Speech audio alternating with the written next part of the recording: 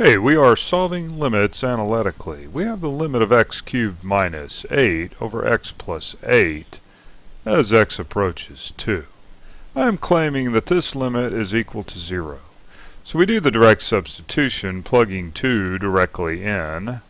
And as you can see, we get 2 cubed minus 8, which is 0, and then 2 plus 8 in the denominator, which is 10.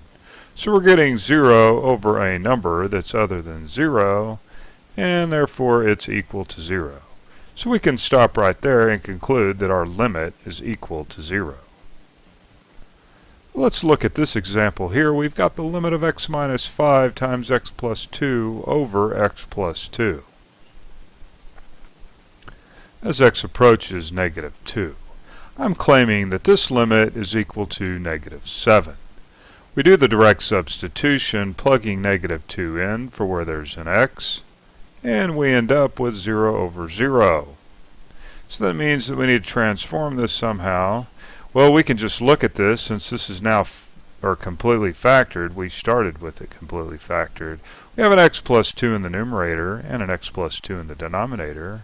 Those can cancel out, and now we have a new function, x minus 5. However, both these functions are really equal to each other if we say that x is not equal to negative 2 in the domain. So this was a theorem that we stated earlier. But now we can go ahead and take the negative 2 and do the direct substitution and plug it in. And it's equal to negative 7. Let's examine this limit here. We've got the limit of x squared minus 9x minus 10 over x plus 1 as x approaches negative 1. I'm claiming that this limit is equal to negative 11. Well, doing the direct substitution, we get 0 in the numerator and 0 in the denominator. So once again, we're going to need to do something to this. And that something is going to be, we're going to factor the numerator into x minus 10 and x plus 1. And then as you notice here, we have an x plus 1 in the denominator. So we're going to be able to cancel some things out here and get a new kind of limit.